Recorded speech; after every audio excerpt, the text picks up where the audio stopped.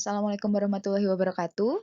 Halo teman-teman peserta mata kuliah aktor-aktor internasional di sektor energi. Selamat datang di mata kuliah ini. Kita sekarang sudah sampai di pertemuan ke minggu ketiga di bulan April dan minggu ini kita akan membahas tentang private energy business. Bagaimana peran dari private energy business itu bisa mempengaruhi berjalannya global energy politics. Di minggu yang lalu kita sudah berdiskusi tentang national energy companies atau state-owned enterprises dan sekarang kita ke ranah private-nya. Jadi kalau misalnya kita merujuk pada pertemuan di awal kali mata kuliah ini berlangsung, teman-teman mungkin masih ingat bahwa ranah bisnis itu menjadi salah satu aktor yang berpengaruh terkait dengan sistem energi yang ada di level global ini. Dan di sini sektor bisnis memang Mmm, secara tidak langsung maupun secara langsung, dia bisa mempengaruhi kebijakan-kebijakan yang diambil negara. Nah, ini nanti akan kita bahas, pada penjelasan di slide-slide berikutnya. Nah, sebelumnya saya presentasi ini dengan menjelaskan kenapa kemudian private energy business itu menjadi matters. Nah, di sini, private energy business muncul ya karena adanya kolonialisme, di mana ketika itu bangsa Eropa mencoba untuk melakukan ekspansi ke negara-negara berkembang atau daerah-daerah potensial yang dianggap mampu memberikan pasokan energi terhadap industri-industri mereka. Sebagaimana yang kita tahu, industri itu membutuhkan sumber energi, entah itu batu bara atau minyak dan juga gas, agar mereka itu tetap bisa melanjutkan produksinya. Nah, di sini bangsa-bangsa Eropa itu semakin menggencarkan ekspansi dan juga kegiatan-kegiatan eksplorasi untuk mengambil sumber-sumber energi. Nah, sementara itu kita tahu bahwa banyak dari bangsa-bangsa Eropa ini yang menganut asas laissez-faire, di mana pasar itu dibebaskan, sehingga banyak sekali perusahaan-perusahaan private yang pada akhirnya muncul, tapi dia masih mewakili dari negara tertentu. Nah, di sini, private energy business mengembangkan, skup skup, kerja mereka di daerah-daerah atau negara-negara berkembang dan itu memang kita rasakan di sekarang gitu ya karena, beberapa negara berkembang katakanlah yang ada di Asia, Afrika, dan juga Amerika Latin mereka, cenderung memiliki banyak sekali sumber daya alam dan pada waktu itu main target dari mereka adalah minyak sebenarnya. Maka, perusahaan-perusahaan, privat yang bergerak di sektor minyak itu, semakin besar. Dan itulah yang kemudian kita kenal dengan The Seven Sisters. Jadi ini adalah awal mula dari, bagaimana private energy business itu bisa berpengaruh, ke dalam global energy. Nah, selanjutnya ada, 2 kubu ya, ketika kita bicara soal, sektor bisnis. Jadi yang pertama adalah state owned companies yang sudah kita diskusikan, di minggu yang lalu dan juga private companies. Ada beberapa argumen yang menyatakan bahwa state owned companies ini tuh berdirinya belakangan, karena memang dia merespon, sikap-sikap yang dirasa tidak adil dari private companies yang, cenderung memberi sumber daya alam milik negara itu secara murah. Nah, di sini private companies memang, menyelenggarakan kegiatan, perekonomian termasuk di sektor energi itu berdasarkan permintaan pasar. Jadi, mereka kehidupannya sangat bergantung pada dinamika pasar energi. Private company sendiri didominasi oleh The Seven Sister yang kita tahu ada 5 perusahaan dari Amerika Serikat dan juga 2 perusahaan dari Eropa. 5 perusahaan tersebut yang dari Amerika Serikat ada Exxon, Mobil, Chevron, Texaco, dan Gulf Oil, sementara yang dari Eropa ada Royal Dutch dan British Petroleum. Nah, sementara itu di state-owned companies terjadi atau mereka itu berdiri ketika adanya nasionalisasi dari, cadangan minyak mereka atau ladang-ladang minyak mereka dan ini memang masif dilakukan di, negara-negara berkembang seperti Amerika Latin dan juga Asia. Dan beberapa state owned companies yang menjadi besar dan bergerak secara, intensif di sektor energi ada Saudi Aramco, kemudian, contoh yang lain ada National Iranian Oil Company, PDVSA dari Venezuela dan juga Meksiko. Nah, ini yang pada akhirnya mewarnai adanya, dinamika pasar di sektor, energi. Nah, secara karakteristik, private oil industry itu dibedakan, per periode. Kita bisa lihat di sini periode yang pertama ada the traditional model di tahun 1970-an, di mana pada waktu itu, masih sedikit state owned companies yang berdiri dan pada waktu itu juga OPEC masih baru sekali, dibentuk. Nah, private oil industries ini, di masa tradisional model dia size-nya sangat besar. Jadi memang dia bukan perusahaan biasa, tapi perusahaan dengan, efek leverage yang besar dan juga dia punya kapasitas firma yang besar pula. Struktur dari perusahaan tersebut cenderung vertikal, jadi integrasinya, mmm, sangat tajam ke atas sehingga sistem pengambilan kebijakannya cenderung centralized dan juga tertutup. Nah, tetapi, sekalipun begitu karena memang firma ini besar, mereka ada, dan menyebar di berbagai belahan dunia karena memang tujuannya adalah untuk mencari sumber-sumber minyak, sehingga mereka bisa melakukan eksploitasi di sana dan juga, memproduksi sumber energi. Nah, karena sifatnya yang tersentralisasi ini, maka perusahaan-perusahaan besar seperti Exxon, Mobil, Chevron, dan juga British Petroleum itu mereka sangat-sangat rentan dengan adanya, mmm, volatility dari pasar. Sehingga ketika terjadi ketidakseimbangan yang ada di pasar, mereka harus, dengan cepat melakukan penyesuaian agar kegiatan produksi dan distribusi mereka tidak terganggu. Nah, perlu diketahui bahwa di traditional model ini, satu perusahaan melakukan seluruh rangkaian proses, penciptaan produk energi, mulai dari eksplorasi, eksploitasi, sampai juga distribusi hingga ke tangan konsumen, itu mereka semua yang mengerjakan. Nah, kemudian memasuki tahun 74 sampai 84, di dekade ini mulai perlahan, menjamur adanya state oil companies sehingga, pada akhirnya ini yang membuat adanya, volatility di, pasar energi.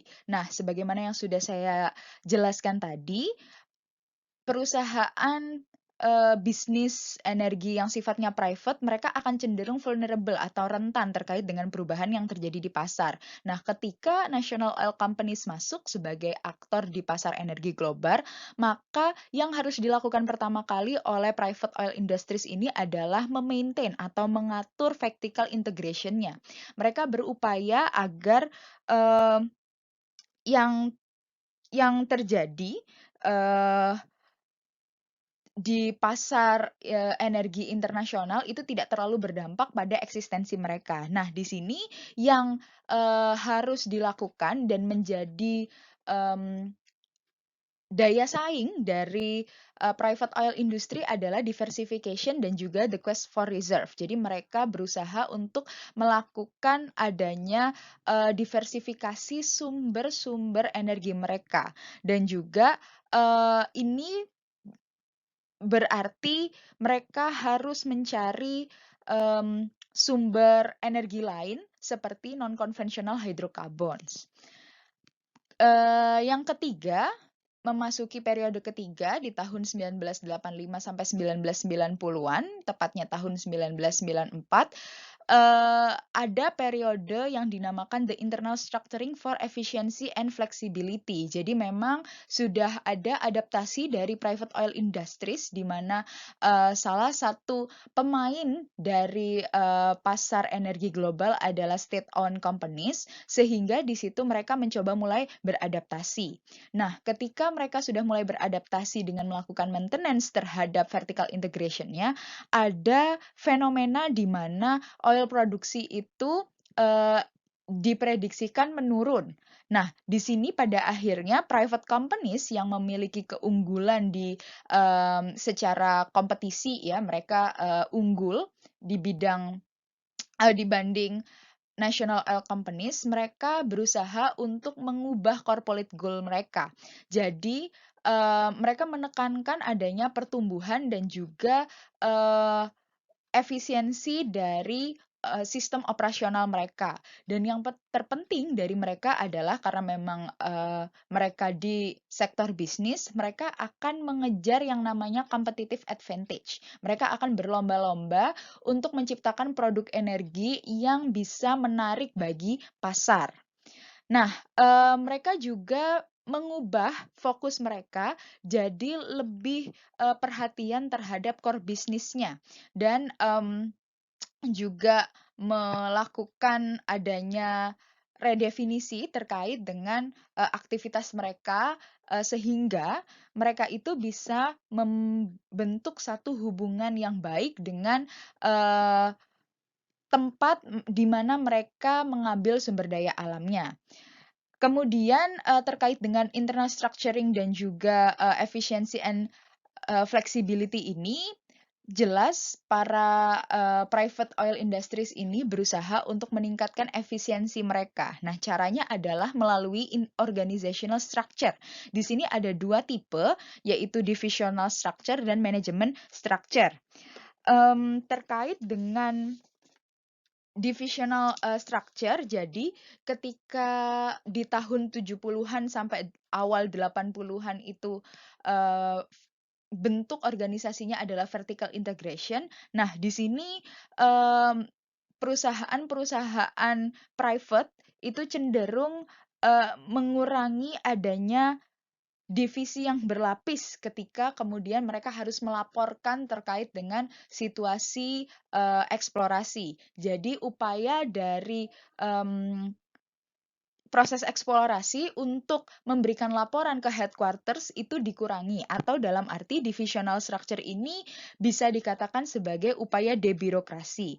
Nah, kemudian juga manajemen sistem itu berarti desentralisasi. Desentralisasi ini di mana semuanya bisa, berlakukan kebijakan-kebijakan yang dianggap sesuai dengan geographical base, tempat mereka beroperasi.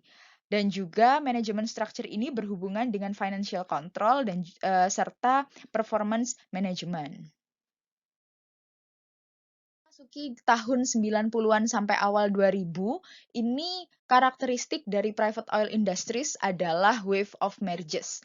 Jadi, banyak yang masih berpikiran bahwa size itu matters, sehingga bentuk tradisional dari perusahaan itu masih harus dijunjung tinggi. Mereka masih harus, bersaing dengan, national oil companies, sehingga bagi mereka, bagi sektor bisnis, penting kiranya untuk melakukan upaya merger dengan perusahaan lain sehingga bisa mengembangkan bisnis energi dengan lebih, ekspansif. Nah, di sini private companies itu bergabung dengan private companies yang lain untuk membentuk yang namanya super majors. Jadi memang pada akhirnya dia bisa dilihat sebagai aktor yang paling berpengaruh di sektor bisnis. Pertama kali merger ini dilakukan oleh Shell, Texaco, dan juga Star Enterprises. Perlu diketahui bahwa Star Enterprises ini merupakan, joint venture antara Texaco dengan Saudi Aramco di tahun 1996. Jadi ada 3, project yang kemudian di-merger ketika pertama kali dilakukan pada tahun 1996. Namun, yang menjadi paling signifikan dari wave of merger ini adalah ketika Exxon dan Mobil bergabung pada tahun 1998. Nah, di sini Mereka tujuannya adalah meningkatkan kapasitas produksi dan juga melakukan variasi terhadap hidrokarbon yang mereka produksi. Memasuki tahun 2005 sampai sekarang, ada isu yang naik, yakni isu lingkungan. Jadi isu lingkungan itu semakin, terdengar, semakin banyak demand dari, masyarakat terkait dengan kelestarian lingkungan, sehingga di sini, ada upaya untuk meningkatkan kapasitas teknologi. Nah, kondisi yang kedua adalah fakta bahwa negara-negara di dunia, terutama developing countries, itu banyak yang sudah mempunyai, perusahaan minyaknya sendiri, sehingga dunia itu, bisa dikatakan didominasi oleh state-owned oil companies, begitu. Dan kemudian strategi selanjutnya adalah mereka semakin gencar melakukan diversifikasi di mana natural gas menjadi salah satu alternatif yang paling banyak diminati. Oleh karenanya di sini oil tetap menjadi salah satu komoditas utama, tetapi kemudian produksi gas juga ditingkatkan untuk menjawab kebutuhan dari pasar internasional. Jadi kelima periode tersebut dari tahun 1970-an hingga saat ini menunjukkan bagaimana karakteristik perkembangan dan juga strategi yang digunakan oleh private oil industries untuk tetap mempertahankan eksistensinya di pasar energi global, sehingga mereka tetap bisa kompetitif dalam menyediakan produk-produk energi. Berkaitan dengan strategi yang, terbaru ya, di karakteristik strategi yang paling baru di tahun 2005, setidaknya ada 3 hal yang menjadi latar belakang atau pendorong adanya industrial change. Yang pertama adalah the changing of international political environment. Seperti yang sudah saya katakan tadi, adanya OPEC dan juga menjamurnya national oil companies menunjukkan bahwa negara-negara berkembang itu, sedang melakukan economic development atau perkembangan ekonomi yang memang orientasinya adalah kesejahteraan masyarakat. Nah, di sini ada kepentingan kemanusiaan dan kepentingan politik yang itu kemudian seharusnya dipisahkan dari urusan-urusan bisnis. Namun, private industry tidak bisa menepis adanya faktor tersebut, sehingga mau tidak mau mereka harus melakukan adaptasi dan melakukan industrial change. Kemudian yang kedua adalah competition. Di masa sekarang competition ini semakin ketat karena memang banyak narasi-narasi yang disampaikan oleh masyarakat internasional terkait dengan penggunaan energi seperti environmental sustainability, energy efficiency, dan juga berkaitan dengan greenhouse gases atau emisi karbon. Nah, ini pada akhirnya membuat adanya rise and fall dari super majors itu sendiri. Ada perusahaan-perusahaan yang tidak mampu beradaptasi sehingga kemudian itu berdampak pada kemampuannya dalam fit in ke permintaan di pasar internasional, ada juga yang justru bisa menangkap kesempatan sehingga dia bisa makin berkembang dalam melakukan kegiatan-kegiatan produksinya. Kemudian yang ketiga adalah perkembangan teknologi. Perkembangan teknologi ini bisa kita lihat dari seberapa variatif produk-produk yang dilakukan oleh perusahaan ini. Sehingga di situ pada akhirnya, adanya faktor teknologi ini membuat mereka atau para pelaku bisnis ini harus memikirkan adanya investment cost dan kemudian juga, technical activities mulai dari produksi hingga distribution, proses. Mmm, Recent driving forces ini at some points mempengaruhi sifat dari private business untuk melakukan yang namanya, pemisahan. Dalam arti ada bagian-bagian tertentu yang tidak secara langsung dikelola oleh mereka sendiri sehingga, baik itu proses produksi sampai distribusi itu dilakukan oleh, perusahaan yang berbeda tetapi mereka masih di bawah satu payung. Nah, dari adanya perubahan yang terjadi di sektor bisnis, kemudian bagaimana, sektor bisnis itu berusaha adjusting dengan kondisi saat ini, kondisi, global energy politics dan juga, pasar energi internasional, maka kita bisa memetakan bahwa, ada 3 hal yang mempengaruhi, aktor bisnis ini. Jadi 3 hal ini yang pada akhirnya membuat terbentuknya satu sikap atau behavior dari aktor bisnis. Yang pertama adalah power. Power ini lebih kepada, eee, tools yang mereka gunakan untuk memastikan eksistensi mereka dalam global energy politics. Kemudian yang kedua preferences, itu menunjukkan apa sih yang mereka inginkan dari sektor energi ini. Dan yang ketiga adalah strategi. Strategi ini adalah, cara-cara yang digunakan oleh para aktor, bisnis untuk mempengaruhi policy makers. Nah, kalau teman-teman melihat, Mmm, strategis ini dengan tujuan untuk mempengaruhi policy makers, maka sebenarnya aktor atau private business ini bisa dikatakan sebagai salah satu bentuk dari interest group. Jadi, mereka bisa melakukan pendekatan-pendekatan atau bahkan menjadi pemangku kebijakan itu sendiri untuk, mengambil ketentuan atau menetapkan regulasi yang memang menguntungkan bagi kelompok mereka. Kita akan bahas jadi, power dari private companies ini dibedakan menjadi 3. Mereka, pasti mempunyai instrumental power, structural power, dan juga discursive power. Nah, power ini yang akan menentukan seberapa, eksis mereka di tengah masyarakat.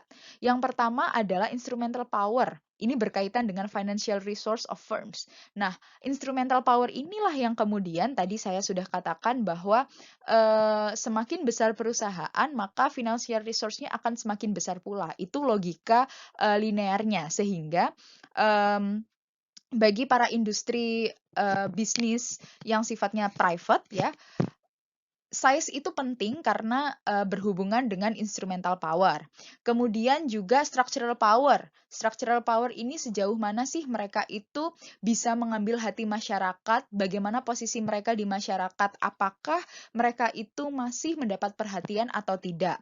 Nah, logikanya adalah semakin besar sebuah, perusahaan, maka mereka akan semakin dikenal. Ketika mereka akan semakin dikenal, maka, eee sedikit banyak trust dari masyarakat itu bisa dicapai. Kemudian yang ketiga ada discursive power, di mana di sini adalah kemampuan untuk, framing dan juga mempengaruhi policy decision. Nah, discursive power ini akan berhubungan dengan, private companies preference. Jadi, eee adanya preferensi itu berdasarkan 2 interest dari, perusahaan tersebut dan juga institusinya. Jadi interest ini seperti yang sudah saya katakan tadi, sejauh mana sih kemudian mereka itu menjalankan bisnisnya, apa yang mereka inginkan dari bisnis tersebut terhadap masyarakat. Nah, biasanya interest dari, private companies ini terlihat ketika pemerintah mulai menetapkan satu kebijakan. Ketika kita bisa lihat apakah kebijakan tersebut, menguntungkan atau merugikan, maka private companies ini akan cenderung memberikan respon. Kalau misalnya, dirasa menguntungkan bagi mereka, maka mereka akan cenderung mendukung. Tetapi kalau misalnya ada yang, dianggap merugikan terkait dengan, jalannya bisnis energi mereka, maka ada upaya-upaya pendekatan untuk setidaknya meminimalisir terjadi penetapan dari regulasi tersebut. Nah, institution ini adalah, lebih kepada environment atau, lingkungan di mana, aktor bisnis ini beroperasi. Jadi apakah di sektor gas alam, kemudian di sektor, batu bara dan juga new and renewable energy. Dari adanya interest, kemudian, institution dan juga yang kita katakan sebagai, preferensi itu tadi, maka private companies ketika hendak mempengaruhi kebijakan dari sebuah negara, mereka akan menetapkan strategi. Nah, strateginya ini hampir sama dengan apa yang dilakukan oleh interest group. Yang pertama ada mobilizing coalition. Jadi, mobilizing coalition ini lebih kepada, membangun koalisi sehingga mereka itu nggak sendirian ketika mencoba untuk mempengaruhi policy outcomes. Kemudian lobbying, jadi bagaimana secara langsung mereka itu bisa, mendekati pengambil kebijakan atau bahkan menjadi pengambil kebijakan itu sendiri. Dan juga yang terakhir ada framing, di mana mereka itu mencoba untuk mempengaruhi agenda-agenda yang didiskusikan oleh pemerintah. Nah, ada contoh-contoh dari bagaimana kemudian private companies ini, sekalipun dia itu berdiri sendiri dan lebih dekat ranahnya dengan international market, international energy market, kita bisa lihat yang terjadi di Amerika Serikat. Jadi, di Amerika Serikat itu sempat terjadi adanya restriksi ekspor pada komoditas minyak dan juga gas. Nah, ini yang pada akhirnya membuat perusahaan dari sektor bisnis atau private ini merasa dirugikan karena adanya restriksi tersebut, dan itu mengakibatkan production cost mereka lebih banyak atau lebih mahal, sehingga interest mereka adalah mendukung adanya pengurangan restriksi di sektor ekspor. Dan pada waktu itu perusahaan-perusahaan private di sektor oil dan gas mereka menggunakan 3 strategi ini untuk mempengaruhi kebijakan yang ada di pemerintah Amerika Serikat. Jadi mobilizing pada waktu itu mereka melakukan kampanye dan juga menggandeng asosiasi-asosiasi minyak dan gas seperti American Natural Gas Alliance dan lain sebagainya. Lobbying juga, jadi melakukan personal contact dengan pembuat kebijakan, dan juga framing, di mana framing ini mereka mengupayakan atau mendorong memberikan masukan terhadap narasi terkait dengan kebijakan free trade. Jadi intinya peran dari private companies ini dia at some points bisa bertindak sebagai interest group. Di sisi lain dia itu bisa menjadi penyeimbang dari national oil companies. Nah, situasi di sekarang ini, rekan-rekan, bisa kita lihat dengan adanya narasi terkait dengan environmental sustainability, ada perusahaan-perusahaan fossil fuels yang terlihat enggan untuk melakukan penyesuaian, sehingga di sini ada anggapan bahwa private oil companies itu gagal dalam melakukan fundamental change terhadap sistem energi. Nah, ini dikarenakan mereka itu masih menganggap bahwa fossil fuels itu mendominasi pasar listrik. Jadi electricity market itu masih menggunakan fossil fuel, sehingga mereka menganggap bahwa adjusting to renewable energy itu akan sangat costly.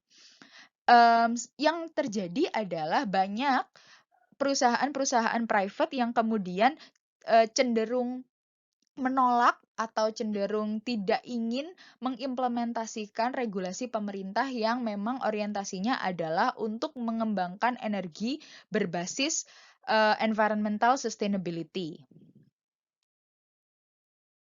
Dan ini adalah bagaimana ya pemerintah seharusnya bisa merespon. Yang pertama adalah entrench and build existing interest to advocate and defend the regulation. Jadi pemerintah harus punya ketetapan dan juga instrumen agar regulasi yang mereka tetapkan itu bisa berjalan, dalam arti tidak ada perubahan yang sifatnya responsif terkait dengan permintaan dari private sector. Kemudian yang kedua, exploit industries division to seek support. Jadi sekalipun ada reluctant dari private fossil fuels companies, ada beberapa aktor yang mungkin mendukung pemerintah. Nah, di sini pemerintah bisa menyasar industri-industri tersebut untuk mendukung kebijakannya. Kemudian shift existing interest to create wider coalition and network. Jadi secara tidak langsung pemerintah itu, diharapkan bisa melakukan pendekatan-pendekatan sehingga, para perusahaan atau bisnis di sektor privat ini yang cenderung menolak, itu bisa mendapatkan sosialisasi yang, sifatnya menyeluruh sehingga mereka memiliki, interest baru dalam, melakukan kegiatan bisnis energinya. Sehingga di sini pemerintah itu bisa, menciptakan koalisi dan juga network yang lebih luas. Dan yang terakhir adalah limiting resistance by abolishing support for fossil fuel consumption. Jadi memang ini, respon yang terakhir adalah respon yang paling tegas dari pemerintah, di mana, ketika regulasi itu sudah ditetapkan, maka, semuanya wajib untuk melaksanakannya. Bisa dilihat di sini memang ada, interaksi antara government, atau dari segi politik ya, dengan, private sector, dari segi bisnis. Dan itu yang pada akhirnya membuat, adanya interaksi di antara pemerintah dan juga perusahaan, private ini tidak bisa dihilangkan karena memang, eee, private business ini akan cenderung menjadi penyeimbang bagi national, energy companies. Kenapa bisa demikian? Apabila, sektor bisnis ini kemudian dihilangkan, maka, national energy companies akan menjadi monopoli, eee pasar energi. Nah, hal ini pada akhirnya tidak diinginkan oleh, berbagai aktor ya, sehingga, kehadiran dari private companies ini perlu untuk, tetap dihadirkan dan juga, untuk menghindari hal-hal yang sifatnya berlebihan, maka perlu adanya kontrol dari pemerintah maupun juga masyarakat sipil internasional yang sifatnya langsung. Untuk contoh dan juga bagaimana private oil companies ini bisa mempengaruhi, mmm, pemberlakuan kebijakan dan juga mempengaruhi, preferensi masyarakat dan lain sebagainya, bisa teman-teman baca sendiri dari bahan-bahan yang sudah saya share di lecture plan. Apabila ada pertanyaan terkait dengan, materi ini, silahkan untuk, langsung menghubungi saya, dan kita akan melakukan diskusi, untuk persiapan ujian akhir semester. Sekian presentasi dari saya, semoga teman-teman selalu sehat. Wassalamualaikum warahmatullahi wabarakatuh.